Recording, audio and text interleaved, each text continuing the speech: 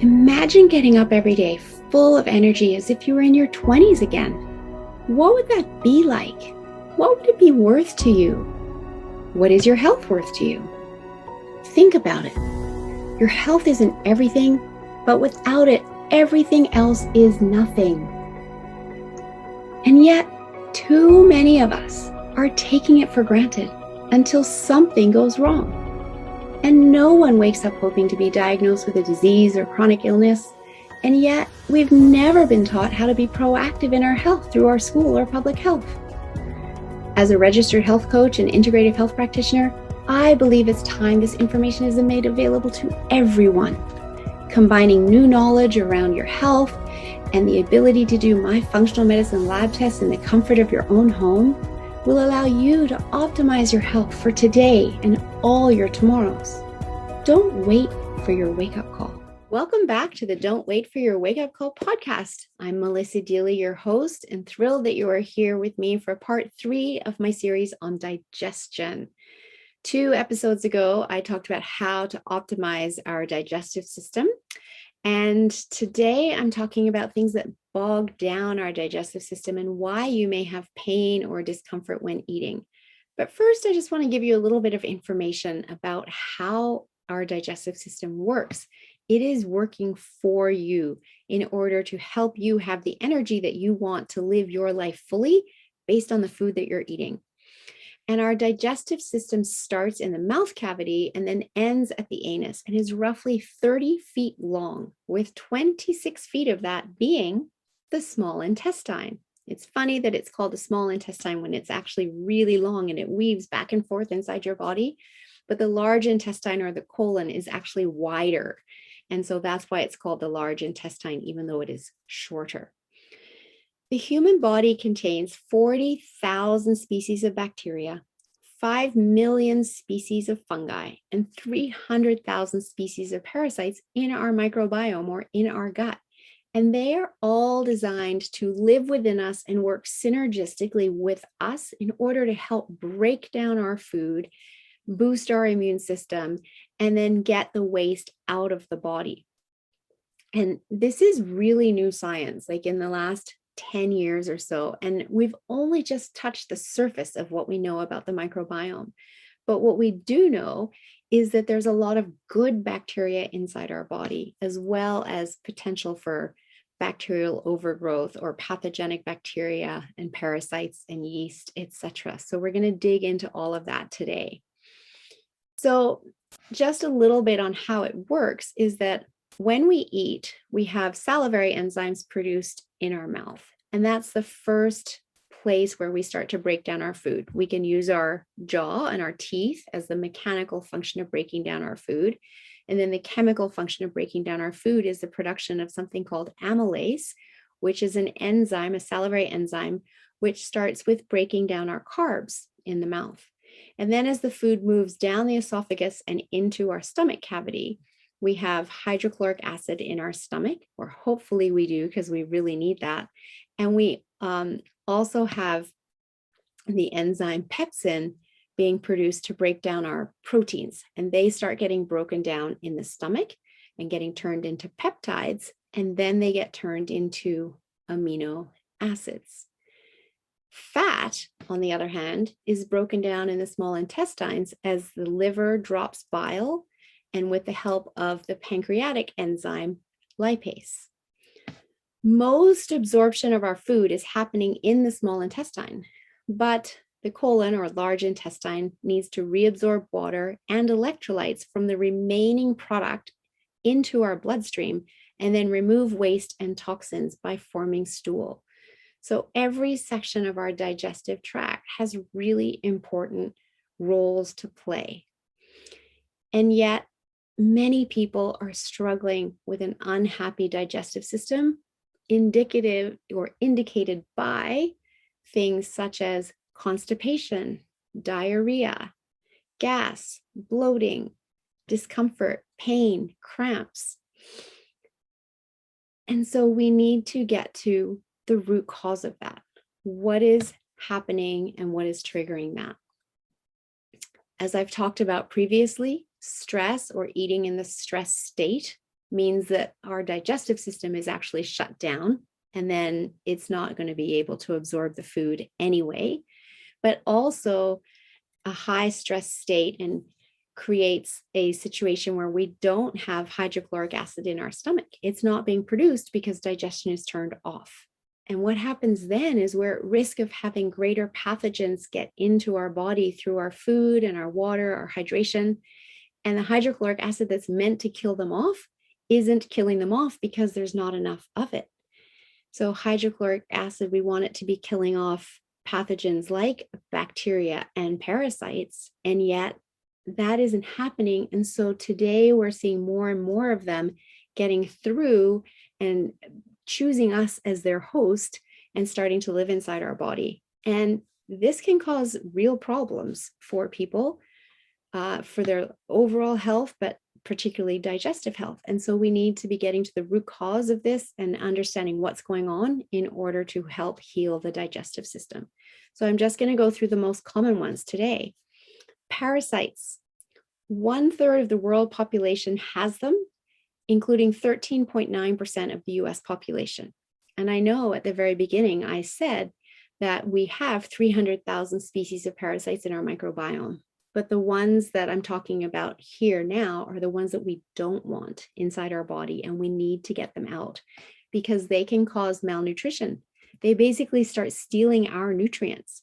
They can cause dehydration for the same reason, immune system dysregulation, skin rashes and acne, anemia, lethargy, and certain parasites can even impact the brain, heart, and lungs. Helicobacter pylori, also known as H. pylori. This is an opportunistic bacteria that takes up hold inside our stomach. It can lead to stomach ulcers and even stomach cancer if left unchecked.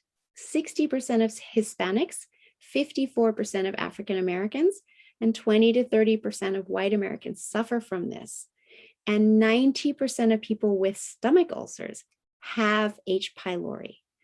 H. pylori can cause poor digestion due to low stomach acid because it's made its home inside our stomach and is helping stop the production of stomach acid. Therefore, it can cause malnutrition, bloating, burping is a big clue of this one, anemia, stomach ulcers, as I've mentioned, cancer, and can also allow parasites and other bacteria to move into your gut, again, because of the low stomach acid production, which isn't killing off those pathogens. Then we have small intestinal bacterial overgrowth, or SIBO. This is something that you've probably heard of, and it is quite common in today's world.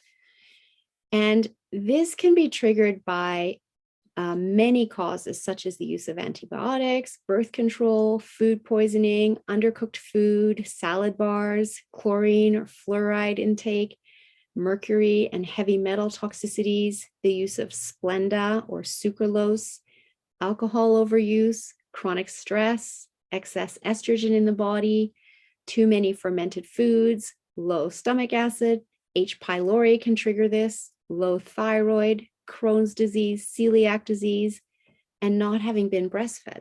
So there's many possible reasons why this has been triggered. And basically, small intestinal bacterial overgrowth will happen because at the bottom end of our small intestine, there is a sphincter, a one-way sphincter that allows what's left of the food that we've eaten to move from the small intestine into our colon. And our colon is home to the greatest amount of bacteria in our digestive system. And we want that bacteria there because it is really helping the body to reabsorb water and get the benefit of the electrolytes, but also to form stool and get all the waste product out. And what can happen is, again, that sphincter can become loose or floppy, and it's not just a one-way sphincter anymore. And some of the bacteria from the colon can get up into our small intestine where it isn't supposed to be, and then take over, and it becomes SIBO. And when this happens, it can cause bloating or gas, cramping, constipation, or loose stool, IBS, malnutrition, mood issues, poor serotonin production because serotonin and dopamine, which impact our mood. There are feel-good neurotransmitters, are made in the gut. So if our gut is unhappy, it can't produce them to the degree that it should. It can also trigger autoimmune disease, inflammatory disorders, skin issues, neurological issues, and learning dysfunction. Again, because of that gut-brain connection. When the gut isn't happy, the brain isn't happy, and vice versa. That vagal nerve connection that has this powerful connection between gut and brain. And I've mentioned this before as well, that for every message from our brain to our gut, there's 9 messages from our gut to our brain. And we don't only have neurons in our brain, they're also lining our entire digestive tract. So I like to say now that my gut is the command center and my brain is the operation center. And when our gut isn't happy because of these different issues, our brain suffers as well. And then another problem that I see a lot of today is yeast overgrowth. And this too is triggered by many of the same things as small intestinal bacterial overgrowth. And it just plays out in a different way within the body. So again, triggered by antibiotic use, high stress, birth control, undercooked food, chlorine, fluoride intake, the use of Splenda, mercury or heavy metal toxins, not having been breastfed, alcohol overuse, and then processed high sugar diet or overdoing fermented foods, or not having been, I said not having been breastfed, but also yeast overgrowth can actually be passed from mother to baby during birth. And then the issues that this causes are also very similar as in the case of small intestinal bacterial overgrowth. So bloating, gas, cramping, constipation, loose stool, IBS, malnutrition, mood issues, poor serotonin production, autoimmune disease, inflammatory disorders, skin issues, neurological issues, and learning dysfunctions. Very, very similar, these two. And so how do we tell the difference?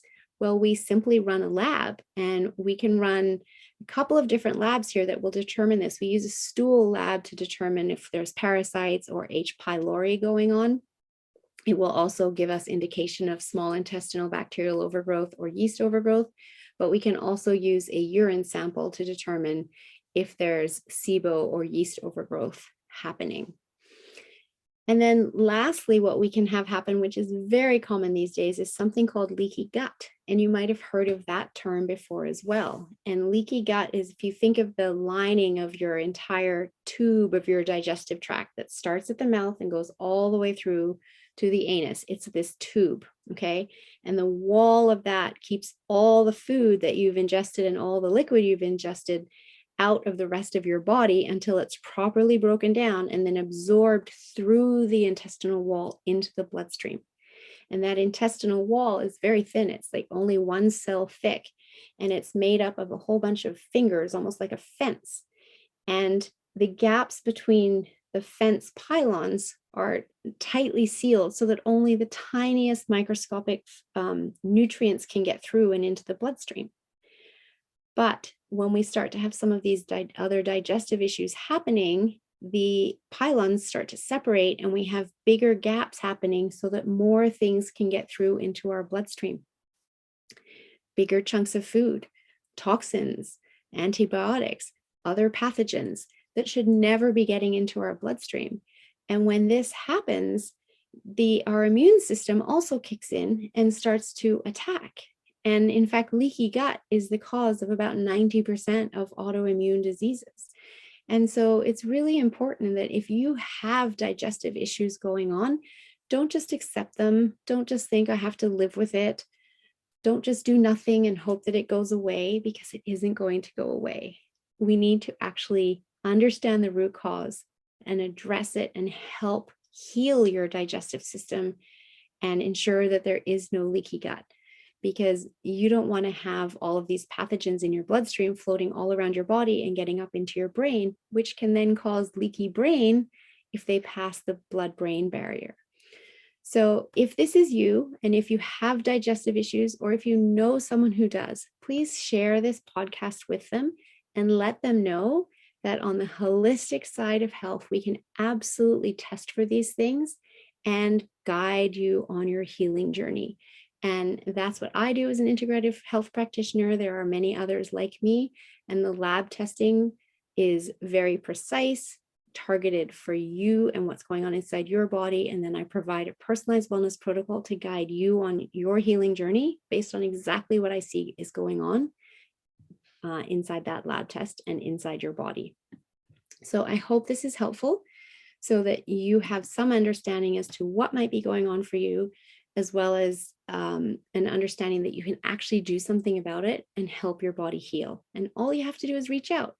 And in the show notes, you can click on the link to book a complimentary 30-minute session with me if this is something that you would like to address. So thank you for joining me here today at the Don't Wait for Your Wake Up Call podcast. I'll see you next time.